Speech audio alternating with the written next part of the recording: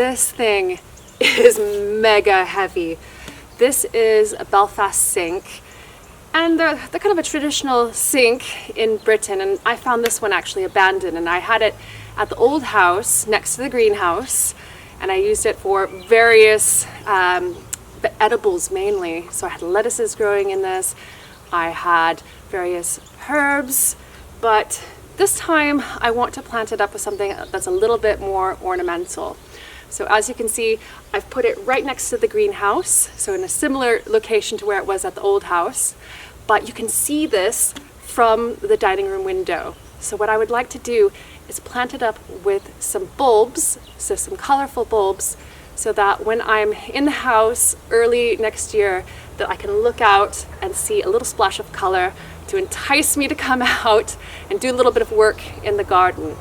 So I'm going to get this planted up with 2 different types of flowering bulbs, and then I'm also going to show you a little bit of what's going on here in the home garden, so some tasks that I've been doing and things that I've been thinking about.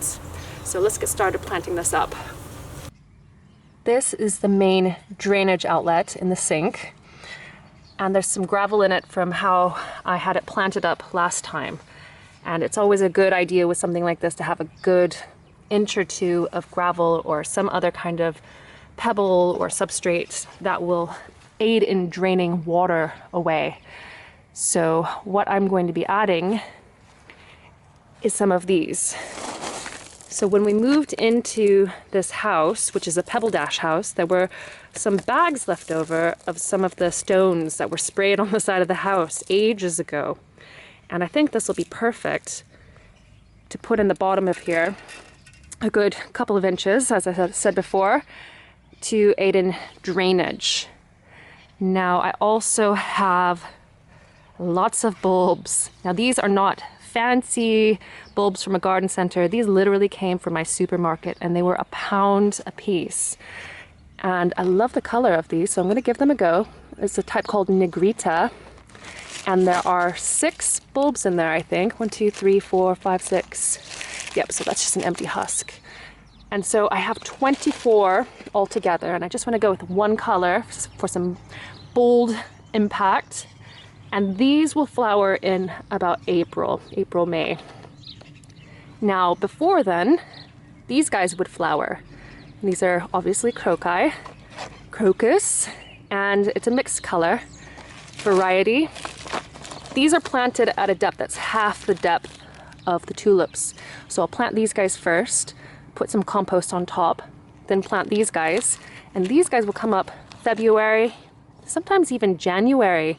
It's a mild winter here on the Isle of Man.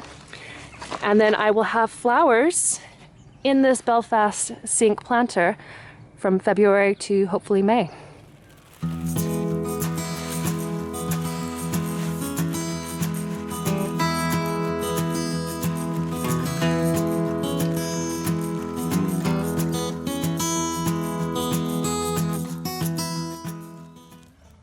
Bulbs in fairly close together.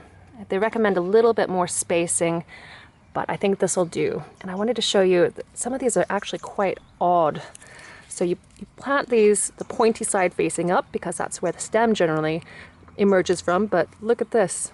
That's emerging from the side. So that's the base of it. So I'm just going to place that here on the side and then let it go. So the next step is I'm going to cover this with another 5 centimeters, so a good couple of inches, 2-3 inches of compost, and then I will put the croci bulbs on top.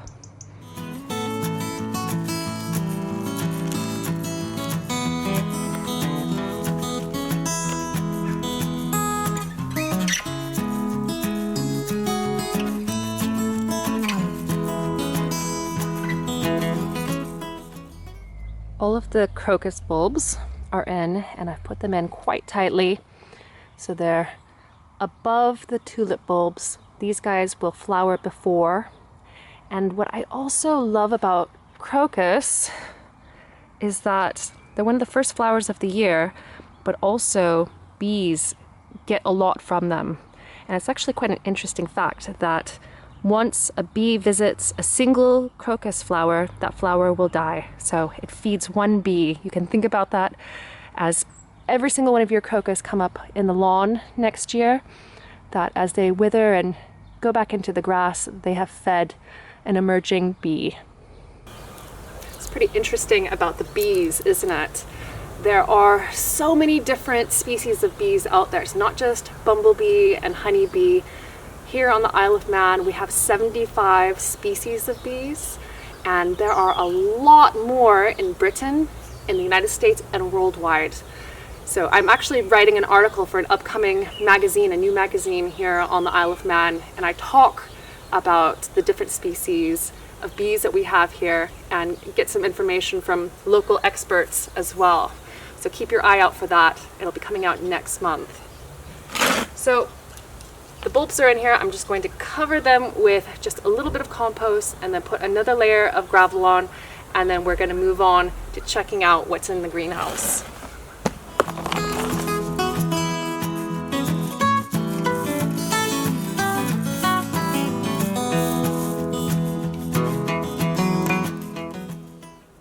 You can tell that it's quite a bit warmer in the greenhouse by how the windows are all steamed up.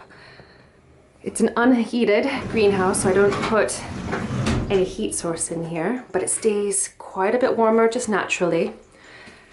It's not that warm though, and that's why I'm storing my apples in here, and I wish that I could share with you how incredible it smells in here. So taking a step back here, you'll notice what looks like a gigantic fleece. And I've just wrapped up my citrus trees, and I have a calamondin on the right, and then I have 2 lemon trees that are on the left. They're just little ones over there. And I'm going to keep them out in the greenhouse this year because they don't do so well indoors. It's a bit too dry for them, the air. But I think this fleece will keep them a little bit more snug, and they'll overwinter out here a lot better.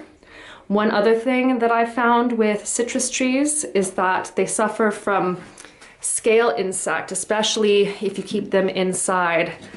And even if you keep them in the greenhouse or whatnot, they do suffer from them as well. So I actually spent some time cleaning every single scale insect that I could find off of here, off the leaves, and give them a good tidy up around the pots, and then the fleece on, and I'll just give them a little bit of water over the winter and they'll be fine. A lot of my outdoor plants are in here, the ones that are in pots. So I have various succulents and strawberries, and I've trimmed off most of the strawberries, but they're still putting out a few flowers. They really won't be putting out very much fruit right now, but they will overwinter in here a lot better. And then I have my scented geraniums in here as well. And then over here by the door, you'll recognize those leaves if you've grown potatoes before. They look a bit spindly, and that's because it really isn't the warmest, but these are my Christmas potatoes. I got them in a month later than usual. Wonder what that is. Doesn't matter. So we'll see what the harvest is like, but I want to cover these guys up with a fleece as well. So now Christmas potatoes, if you've not heard about those before, if you take first early potatoes, any variety in the spring, and you take some of those tubers and put them in the refrigerator and keep them there all spring and summer long, plant them in August in a greenhouse or sheltered site, and then on Christmas Day, it's kind of a fun treat. You go out and upend your pots and you've got some new potatoes for Christmas dinner. But they will also need some protection. They were actually a lot more kind of robust a few days ago before I shuffled them over here to make space for some of my other pots when I did a little bit of a clean out in here. But I think they'll hang on, and in the very least there'll be a few tubers in there or a few potatoes, and in the best case we'll have enough for Christmas dinner. That's better. So I just gently tucked that fleece around them, and that'll keep them even warmer over the next month or so. Now over here, this is my Gardenia vertical planter that I've shown you a few times now. And the last time I planted it up, I put in really small plants of, what was it? Put in some pak choi, and I think those ones are all gone. And we've got Chinese cabbage, we've got pansies, and we've got oriental spinach in there as well. And some of them, they have been taken out, so they've reached the end of their life cycle. But with others, I'm just literally coming in here and picking a few leaves when I need them. And it's a really great way of adding some fresh greens into your autumn and winter salads. So a little planter like this comes in really handy out here in the greenhouse. One other task that I'm literally in the middle of doing is pruning my fruit trees. Now the cherry that's on the very end, I'm digging that up and we'll be moving it this winter, but I'm keeping the plum tree and the apple tree. And they really benefit from having some of their branches removed in the dormant season. And that's what I've already done with the plum tree here. So I've gone through and with my secateurs have removed all of the branches that are rubbing against another branch, the ones that were kind of spindly looking, and also branches that were in the back, because I want to make it a lot easier for me to walk along the backside of these trees next summer. I've got some ideas for things I'm going to be putting back here. So that'll be something that we will come back to in the spring. So it will rejuvenate the plant, or the tree rather, by cutting those branches out. Increasing airflow will help to stop diseases. And I could have actually been a lot more drastic with this guy. I mean, I'm looking at it right now, and this branch here I probably could take out as well. It's very close to this one. But I'm happy with how it looks right now, and I'm just going to let it go. And then next up will be the apple tree. So I'm going to do the exact same thing. All of the little branches that look like they have a little bit of canker on them, or ones that again are rubbing, they're all going to come off. And I have quite a few twigs and sticks left over right now, which I will be using for one of those projects in the spring. More to come later on. Gosh, look how steamed up the greenhouse is now. It is really starting to get chilly. I'm going to head in soon.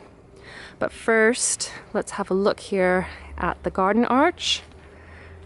So a few weeks ago, we planted that up here on YouTube.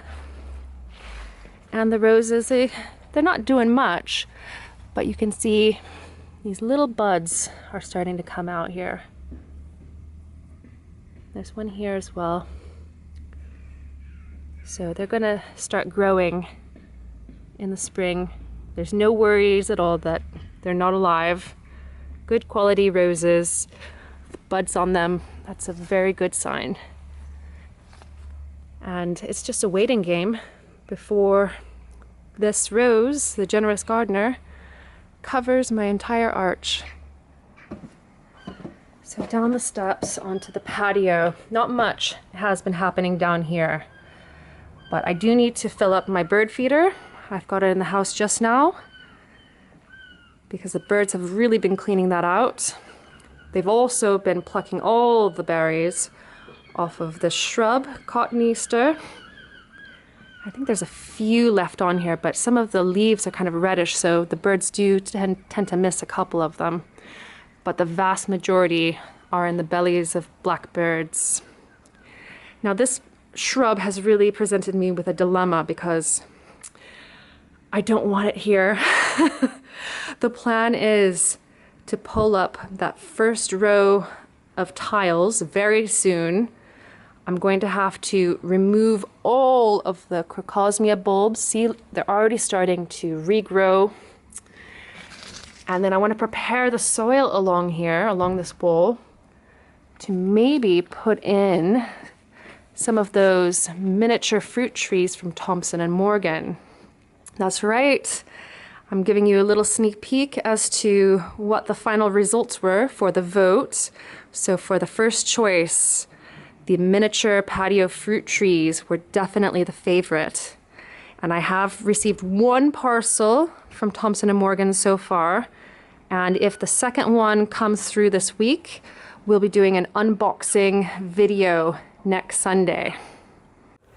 So it's slow but sure in the back garden here. There's so much to do. I'm just tackling one thing at a time, although my vegetable garden beds that I'll be putting in here very soon, I'm going to try to get a little bit of help with those as far as advice before I start working, because they're going to be no-dig beds, and I've never started a no-dig bed from scratch. I lie. I have one little patch at the allotment where I've now planted my onions and alliums, but all the other beds that I have at the allotment, they were traditional beds before, and then I converted them into no-dig last year. Now here it's a little bit of a different situation. So that bed that I have at the allotment with the onions in it, it had a protective covering, so I had landscaping fabric over the ground during the summer. I'm not going to be doing that back here if possible. It's just grass right here, and I've got lots of worms, which I don't have in the allotment garden. So it's my hope that I can put some material straight on the grass and let the worms, when they start waking up and being a little bit more active, pull down any kind of material. But I do have some very specific questions about my site here, about the slope and all kinds of things. So hopefully I'll be able to get some very clear advice, and also a little bit of background more on no-dig gardening. And I will do a video on that hopefully soon, because I do want to get started on that before spring arrives. And it doesn't seem like it's that close, but it's now the end of November. We've got Christmas coming up, so the next month is going to be manic. And then before we know it, it's January, February, March. Spring is pretty much around the corner, if you really think about it in that positive way, or stressful way, whichever way you want to take it. In any case, that is the update here for the home garden. I hope you enjoyed the video. If you did, please give it a thumbs up and subscribe if you haven't done so already. And as I said before, if that second parcel arrives from Thompson & Morgan this week, I will do an unboxing video and show you what has arrived. And there's also a couple of additional things that I asked for that I didn't actually present in that voting video. So you'll see what those are as well. So I'll catch you next Sunday here on the Lovely Greens YouTube channel. Until then, I hope you have a great week, and I will see you soon. Bye for now.